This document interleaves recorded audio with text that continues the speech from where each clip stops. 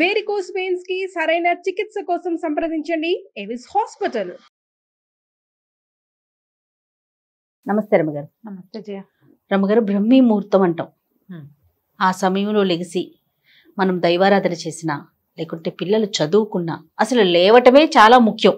చాలా సందర్భాల్లో మీరు బ్రహ్మీ ముహూర్తంలో లేవటం గురించి మాట్లాడారు కదా. అసలు ఆ ముహూర్తం యొక్క విశిష్టత ఏంటండి?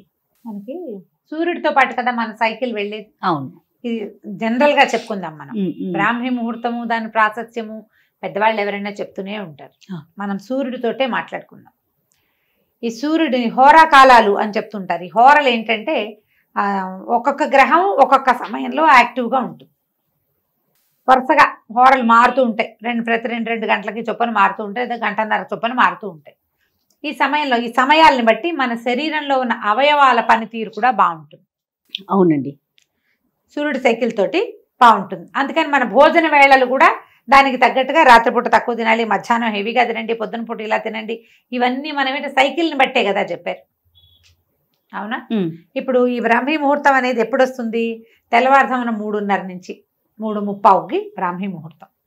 బ్రహ్మ ముహూర్తం అంటారు. బ్రహ్మకి సంబంధించింది కాబట్టి బ్రాహ్మీ అని చెప్పారు.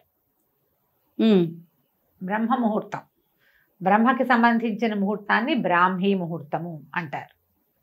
ఇప్పుడు ఈ 3:30 నుంచి 3:30 నుంచో లేచి తెల్లవారుజామున ఆ సమయంలో బ్రెయిన్ యాక్టివ్గా ఉంటుంది.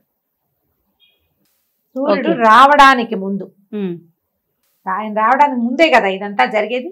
తర్వాత వేగు పొద్దున వెనముద్దలాగా దాన్ని వేగు చుక్క పొడుస్తుంది అని చెప్తారు.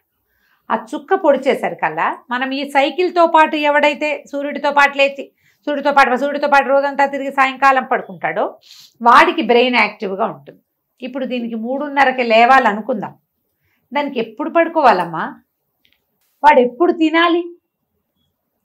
ఎప్పుడు తిని ఎప్పుడు పడుకుంటే వాడు 3:30కి లేవగలుగుతాడు? రాత్రి 10 తర్వాత పడుకుని 11 తర్వాత పడుకుని 3 దాకానే పడుకోవాలంటే ఈ 4 గంటల నిద్రే సరిపోయేంత పద్ధతి ఉంటుందా శరీరానికి? అంత దిటవు లేదు మనకి. ఎలా ఉంటుంది? మనం రోజంతా స్ట్రెస్లో గడుపుతాం. అవునండి, ప్రతిరోజంతా స్ట్రెస్సే. మనం రిలాక్స్ అయ్యేది ఎప్పుడు? ఈ స్ట్రెస్ నుంచి గాఢమైన నిద్రలో. ఆ నిద్ర పట్టే సమయం కనీసం 4 గంటలు అతిగాఢ నిద్రుండి 2 గంటలు కనీసం కాస్త విశ్రాంతితో కూడిన నిద్ర ఉండాలి మనకి. 3:30కి లేవాలి అంటే 2:30, 1:30, 12:30, 11:30, 10:30, 9:30, 6 గంటలు. అంటే నువ్వు 9:30కి కనీసం పడుకోవాలి. కనీసం 9:30కి పడుకోవాలంటే దీనికి 3 గంటల ముందు తినాలి సిస్టమ్. 6:30కి అన్నం తింటే 6:30కి డిన్నర్, రాత్రిపూట సప్పర్ అంటాం. పోనీ మనం రాత్రిపూట తినగలిగే ఆహారం 6-6:30కి సూర్యాస్తమయం అవుతూనే తినేసేవనుకో, గూట్లో దీపం నోట్లో ముద్ద.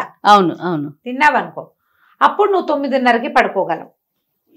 ఇప్పుడు ఏ చదువు చదువుకునేవాళ్ళు, ఏ ఉద్యోగం చేసేవాళ్ళు, ఏ వ్యాపారం చేసేవాడు 6:30కే ఇంటికి వచ్చి అన్నం తిని కాసేపు వ్యవహారాలు అవి ఇవి చూసుకుని చదువుకుని ఇల్లు వాకిళ్ళు సవరించుకుని 9:30 పడుకుంటారో చెప్పు? కనీసం 8th 9th క్లాస్కి వచ్చిన పిల్లల వల్ల కూడా కాదు కదా. అవునండి, వాళ్ళకు కూడా ఏవో స్పెషల్ క్లాస్ ఉంటే 7ంటి 10th క్లాస్ పిల్లాడు, మా అబ్బాయి 7ంటికి ఇంటికి వచ్చేవాడు. ఇది వరకు 7 ఈవినింగ్ అక్కడ ఆకలేసి ఏదైనా చిన్న స్నాక్ తినేస్తే 7కి వచ్చి అన్నం తినరు పిల్లలు. అంతే కదా. అన్నం వేళ వెనక్కి వెళ్ళిందా? వీడిని బ్రాహ్మీలో లేవరా, మాహేశ్వరిలో లేవరా అంటే ఎట్లా వేస్తాడమ్మా చెప్పు? చాలా కష్టం రమ్మగారు, ప్రాక్టికల్ గా కష్టం. కానీ ముహూర్తానికి ఉన్న బలం అయితే ముహూర్తానికి ఉంది. పోనీ 3:30 కాదు 4 దాటాక, పోనీ 4 కాదు 5కి లేవాలన్నా నువ్వు రాత్రి 10కి పడుకోవాలి. 10 గంటలకు పడుకునే వాళ్ళు చక్కగా లేస్తారు. చాలా మంది మేము లేస్తున్నాం అని పెడతారు. నువ్వు చెప్పు, 12ంటికి పడుకుని 3:30కి లేస్తామని చెప్పగలిగే వాళ్ళు ఎంతమంది ఉంటారు? అసలు ఉండలేకపోతే. అందులో విద్యార్థులు ఉండరు, ఈ కుర్రాళ్ళు చదువుకునే పెద్ద పిల్లలు ఉండరు, కొత్తగా ఉద్యోగాలు చేసుకునే వాళ్ళు ఉండరు. ఎవరు ఉంటారు? కడు వృద్ధులు, పెద్దవాళ్ళు, ఏ పని లేని వాళ్ళు, పగలు నిద్రపోగలిగే వాళ్ళు. ఇది మెయిన్. నిద్ర తక్కువ ఉన్నా సరిపోయే ధోరణి ఉన్న శరీరతత్వం ధర్మమే, శరీర ధర్మమే అలాంటిది ఉన్నవాళ్ళు లేస్తారు. యోగులు వీళ్ళు లేవగలుగుతారు. లేని వాళ్ళు ఎవ్వరూ లేవలేరమ్మా. ఈ బ్రాహ్మీ ముహూర్తాన్ని పట్టుకుని బ్రాహ్మిలో లేవాలి లేవాలి అంటే చావగొట్టకూడదు జయ. అది పొరపాటు. మన కాలధర్మాన్ని మనం ఇప్పుడు ఎలా ఉన్నాం దాన్ని బట్టి కదా. ముందువన్నీ మార్చుకోకుండా ఒక పాయింట్ నే పట్టుకొని దాని చుట్టూనే తిరుగుతున్నామేమో అనిపిస్తా ఉంటది ఒక్కొక్కసారి కదా రమ్మగారు. ఇవి ఇట్లా చెప్తారు పెద్దవాళ్ళు ఎవరో, బ్రాహ్మీ ముహూర్తంలో లేస్తే ఎంత అద్భుతంగా ఉంటుందో చెప్తారు. నిజమే, జీవితంలో చాలా మార్పులు వస్తాయి పొద్దున్నే లేవటం వల్ల. నువ్వు పొద్దున్నే లేచి మధ్యాహ్నానికి కూడా నువ్వు ఇదే యాక్టివ్నెస్ తో ఉండగలిగే వాడైతే, అవును, నిద్రపోకుండా ఆ రాత్రి పడుకునే 4-5 గంటల నిద్రే నీకు సరిపోతుందంటే నువ్వు ఇలా 9ంటికే నిద్రపోగలిగే అవకాశం ఉంటుంది. కొంతమంది పడుకుంటున్నారు ఇప్పుడు అట్లా. అది అందరికీ ఎట్లా కుదురుతుంది? ఒక ఇంట్లో కుదురుతుంది, కుదరొద్దండి. వాళ్ళు మేము 7ంటికే అన్నం తినేస్తాం, 9ంటికే నిద్రపోతాం, మేము 6ంటికే తింటామంటారు. అన్నిళ్లలో అది కుదరది, అస్సలు సాధ్యం కాదు. మేము చేయలేం చేయాలి, నేను చెప్తా కదా. అదే అందరికీ సాధ్యం కావచ్చు, చెప్పలేను. అందుకని నాకు చెప్పబుద్ధి కూడా కాదు. నేను లేవట్లేదు, నేను లేవలేను, ఎలా చెప్తాం? 11 గంటల దాకా చదువుకుంటాను నేను. ఇప్పుడు నాలాగా చదువుకునే వాళ్ళు 11కి 11ంటికి నేను ల్యాప్టాప్ ఆపుతుంటే కూడా హలో రమా గారు అని ఒక మెసేజ్ వస్తుంది నాకు. నిజంగా అవును, ఇలా రావా? నా అంతటి నేను ఎవరికి మెసేజ్ పెట్టండి, అది మాత్రం చేస్తా. పొరపాటు కూడా రాత్రి 9 గంటలకు నేను ఎవరికి హలో కూడా అన్నా. వాళ్లే చేస్తే ఇంకా నాకు తప్పదు. అందరూ ఇప్పుడు నా బొట్టి వాళ్లే ఉన్నారు కదా. మనం పనులు మానేసుకుని ఆపేసుకుని ఏమీ చేయక్కర్లేదు మనకు. లేదా మనకు పని చేయవలసిన అవసరం లేని పరిస్థితి అయితే నువ్వు అలాగే తొందరగా పడుకుని బ్రాహ్మీ ముహూర్తంలో లేస్తావు. లేదా మధ్యాహ్నప్పుడు ఏదో కాసేపు ఒక అరగంట అట్లా ఒక కొడుకు తీస్తే, పవర్ నాప్ తీస్తే ఓకే అనుకోవచ్చు. ఇంత కొంచెం నిద్ర సరిపోతుంది, అలవాటు చేసుకోవాలి అని చెప్పే మహానుభావులు కూడా కొంతమంది కనిపిస్తారు. అందరికీ సరిపోదు రమ్మగారు, చాలా ఇబ్బంది పడిపోతారు నిద్ర సరిపోతే. ఎంత జబ్బు చేస్తుందో. అవునండి, సరిపడా నిద్ర లేకపోతే జబ్బు చేసినట్టు అయిపోతారు. అవును. మీరు బ్రాహ్మీలో లేవాలంటే 3:30కి లేచి, మీకు ఏదైనా అది ఎవరికి 3:30కి లేచి సంధ్యావందనం చేసుకునే వాళ్ళు, ఓ మంత్రోపదేశం ఉన్నవాళ్ళు, వాళ్ళు ఏదో చేసి దేవుళ్ళకి ఏదైనా చేసుకోవాలి. మిగిలిన వాళ్ళంతా ఎందుకమ్మా హైరానా చెప్పు? ఎందుకు వచ్చిన హైరానా? అది ఇదివరకు కాలంలో ఏం చెప్పేవాళ్ళు? బ్రాహ్మణులు ఈ వ్యవహారాలన్నీ చేసేవాళ్ళు, లోకహితం కోసం యజ్ఞయజనాది క్రియలు చేసేవాళ్ళు. వాళ్ళకి బ్రాహ్మీ ముహూర్తం. సూర్యుడితో పాటు పడుకుని సూర్యుడితో పాటు లేచేవాళ్ళు, సూర్య సంబంధమైన క్రియలు చేసే వాళ్ళందరికీ, అంటే సూర్యుడితో సంబంధించిన వ్యవసాయ ఆధారితమైనటువంటి రకరకాల పనులు చేసేవాళ్ళు, మట్టితో పనిచేసేవాళ్ళు, వీళ్ళందరూ సూర్యుడి కంటే ముందు వేకువజామున లేవటం. తెల్లవారుజామున వెనమంతలాగా వస్తుంది, అది చూస్తారు, లేస్తారు, ఏవో ఇళ్లలో పనులు చేసుకుంటారు, తెల్లవారకుండానే బయలుదేరుతారు. వీళ్ళు ఎప్పుడు పడుకునేవాళ్ళు పాత రోజుల్లో? గూట్లో దీపం నోట్లో ముద్ద. రాత్రుళ్ళు మనకల్లే ఫోన్లా, టీవీలా, ల్యాప్టాప్లా, ఆఫీస్ వర్క్లా, ఏమైనా కాల్సా ఏముండేవి? వాళ్ళు చేశారని మనం కూడా చేయాలంటే ఎలా కుదురుతుంది?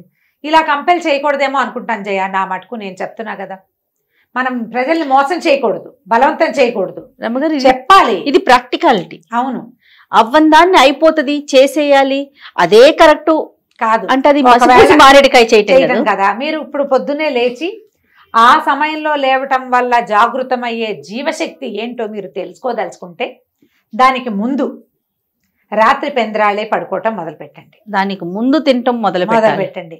6:30-7 అవ్వాలి లోపల 6-6:30 కల్లా అన్నం తినేయండి. మీరు ఏం తింటారో, అన్నం తింటారా, రొట్టెలు తింటారా, జావ తాగుతారా, అంబలి తీసుకుంటున్నారా, ఒట్టి రాగి మాల్టే తీసుకుంటారా, ఏది తీసుకున్నా 7 అవ్వకూడదు. సూర్యాస్తమయం అవుతూనే మీ అన్నం అయిపోవాలి.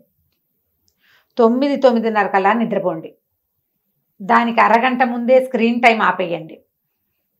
పిల్లల్ని నిద్రపుచ్చుతాం మనం. అప్పుడు పిల్లల్ని నిద్రపుచ్చి మన పనులు మనం చేసుకుంటాం సాధారణంగా. ఇప్పుడు మనం ఏం చేయాలి? ఇలా నిద్రపోతే అప్పుడు మీరుకి పెందరాళే పొద్దున్నే లేచే అలవాటు అవుతుంది. ఇప్పుడు ఎప్పుడు పడుకున్నా నాకు 4కే మెలకు వస్తుంది, గంట కొట్టినట్టు అని చెప్పేవాళ్ళు కొంతమంది ఉంటారు. వాళ్ళ క్లాక్ అట్లా ఫిక్స్ అయిపోయి ఉంటుంది. ఫిక్స్ అయిపోయిన క్లాక్ వాళ్ళకి చెప్పేది ఏమీ లేదమ్మా, మీరు మహానుభావులు, మిమ్మల్ని పొద్దున్నే మీ కాళ్ళకి దండం పెట్టాలి మేము. ఫిక్స్ కాని వాళ్ళ సంగతి. ఇలా చెయ్యాలనుకుంటే కనుక రాత్రి పడుకోండి. శరీరాన్ని శ్రమ పెట్టకూడదు. ప్రధానంగా చెప్తారు శరీరమాద్యం కలు ధర్మ సాధనం అని. మనకు ఇది ఉంటే ఏదైనా చేస్తాం, ఏదైనా చెయ్యి. దీన్ని అనారోగ్యం పాలు చేయబోక, బలవంతం పెట్టద్దు. ఇలా చెయ్యి, రాత్రి పడుకో, పొద్దునేలే. ఈ సమయంలో ఏంటంటే మనకి ప్రపంచం అంతా ఆక్సిజన్తో నిండి ఉంటుంది, ప్రశాంతత ఉంటుంది, శబ్దాలు ఉండవు. ఒక్క ఓంకారం చేసిన ఓం అన్నామంటే మన ఓము మనకే 100 సార్లు వినపడుతుంది. ఒక్క మంత్రం చేసామంటే అది 100 సార్లు చేసినట్టుగా అవుతుంది. సమయం వల్ల సూర్యోదయానికి ముందు ఆ సమయంలో ఉండేటువంటి ఎనర్జీ వేరేగా ఉంటుంది. ఆ సమయంలో చేసేటువంటి మంత్రోచ్చారణ కానీ, దైవ సేవ కానీ, విద్యాభ్యాసం కానీ చాలా మంచి ఫలితాన్ని ఇస్తాయి. హ్యాండ్ రైటింగ్ బాగుండని వాళ్ళు పొద్దున్నే మొహం కడుక్కోకుండా రాసుకోమనేవాడు మా రంగబాబు. హ్యాండ్ రైటింగ్ బాగుండేది కాదు. పొద్దున్నే లేవగానే పొద్దున్నే లేచి 5ంటికి లేచి మొహం కడుక్కోవద్దు, కూర్చుని రాసుకో ఓకే అని రాస్తే అప్పుడు హ్యాండ్ రైటింగ్ బాగుంటుందని. బాగుందిగా. ఇలా ఏవైనా చెయ్యాలి. ఇప్పుడు ఏదైనా మంత్రోపదేశాలు అవి ఉన్న వాళ్ళకి మనం చెప్పేది లేదు, వాళ్ళు ఎలాగూ లేస్తారు. ఎర్లీ మార్నింగ్ లేవటం ఎప్పుడు కూడా సూర్యుడి కంటే ముందు లేవడం చాలా ఆరోగ్యకరం. అది బ్రెయిన్కి మంచిది, శరీరానికి మంచిది. రోజు చాలా మిగిలిపోతుంది మనకి. అవును. లేటుగా లేస్తే ఏముంది, బద్ధకం మిగులుతుంది, సమయం మిగలదు, వేస్టేజ్ ఎక్కువ ఉంటుంది. మనకి అలా లేటుగా లేవటం అనేది ఒకటి ఫిక్స్ అయిపోతుంది బ్రెయిన్. ఆ లేటుగానే లేస్తాం, ఎప్పుడు పడుకున్నా లేటుగానే లేస్తూ ఉంటాం. దానికి ఫిక్స్ చెయ్యొద్దు. కానీ ఈ బ్రాహ్మిలో లేవాలని మీరు 1 గంటకు పడుకుని 3:30కి లేచి కూర్చుని ఏం చేస్తారు, కళ్ళు పడిపోతూ ఉంటాయి, ఒళ్ళు వాలిపోతూ ఉంటుంది. ఎందుకు? అది మైండ్ యాక్టివ్గా వర్క్ చేయదండి. ఉండదు. నువ్వు సరిపడా నిద్రిస్తే, నిద్ర కనుక ఇస్తే షార్ప్గా ఉంటాం, బ్రెయిన్ షార్ప్గా ఉంటుంది. ఆ సమయంలో ఉండేటువంటి పాజిటివ్ ఎనర్జీని మన మైండ్ అండ్ సోల్ తీసుకోగలుగుతాయి. అవును. ఫిట్గా ఉంటాం. అప్పుడే కాస్త ఎక్సర్సైజ్ చేయడానికో, కొంచెం యోగా చేయడానికో, కాస్త వాకింగ్ చేసుకోవడానికో, అవకాశం, కాస్త దేవతార్చన చేసుకోవడానికో ప్రశాంతంగా 3:30కి లేచి ఇంట్లో సామాన్లు సవరిస్తా, ఇల్లు ఉడుస్తా అంటే మిగిలిన వాళ్ళు తిట్టిపోస్తారు. అదో బాధగా ఉంటుంది. అందరినీ లేపు కూర్చోబెట్టాలంటే వీళ్ళందరినీ రాత్రి 9కే పడుకోబెట్టాలి. మీ వల్ల అయితే చేయండి. వాళ్ళు ఎవరో చెప్పారు చేయకపోతే కుదరదు, అందుకే వాళ్ళని వినమన్నాను అని. ఇంట్లో ఒక్కళ్ళకి అది నచ్చుతుంది. ఇది ఆ చేయగలిగే వాళ్ళకి, ఏ పని లేని వాళ్ళకి, రాత్రిపూట ఏ వ్యవహారం చేయక్కర్లేని వాళ్ళకి నచ్చుతాయి అవన్నీ. మిగతా వాళ్ళకండి తెల్లారితే ఉరుకులు పరుగులు కదా రమ్మగారు. అవునా? పిల్లలతో ఇంట్లో మనం ఎంతెంత ఉరుకులు పెట్టాలి, ఎంతెంత పరుగు పెట్టాలి, ఎన్నెన్ని పనులుంటాయి. బ్రాహ్మీ ముహూర్తంలో లేవాల్సిందే నేను చెప్పేస్తాను అనుకున్నావా జయ? నువ్వు? నేను అనుకోలేదు రమ్మగారు, నాకు తెలుసు మీ గురించి. లేవండమ్మా, అవకాశం ఉన్నప్పుడు. ఇప్పుడు పండగలు అప్పుడు తెల్లవారుసామునే లేస్తాం. అవును. పొద్దునే తలంట్లు పోసుకోవటానికి, పూజ అది ఏర్పాటు చేసుకోవటానికి. ఇదే మనం అలవాటు చేసుకుంటే భలే బాగుంటుంది అని అనిపిస్తుంది. అది ఎప్పుడన్నా ఒకసారి లేస్తాం కాబట్టి. ఇప్పుడు మనం రోజు చేయాలంటే నేను చెప్పే కదా, లివింగ్ స్టైల్ మార్చుకోండి, మంచిది, సంతోషం, చక్కగా కుదురుతుంది. ఆ సమయాన్ని పూర్తి పాజిటివ్ ఎనర్జీని మీరు ఆస్వాదించవచ్చు, అనుభవించవచ్చు, బాగుంటుంది. చూద్దాం అసలు ఎలాంటి కామెంట్స్ పెడతారు. ఏంటి రమ్మగారు ఇలా చెప్పారు అని పెడతారో, లేదు చాలా కరెక్ట్ గా చెప్పారు రమ్మగారు, మేము కూడా మీతో ఏకీభవిస్తున్నాం అంటారు. నేను నా ఉద్దేశం చెప్పానమ్మా, చూద్దాం. అంతే. రైట్ రమ్మగారు, నమస్తే. నమస్తే.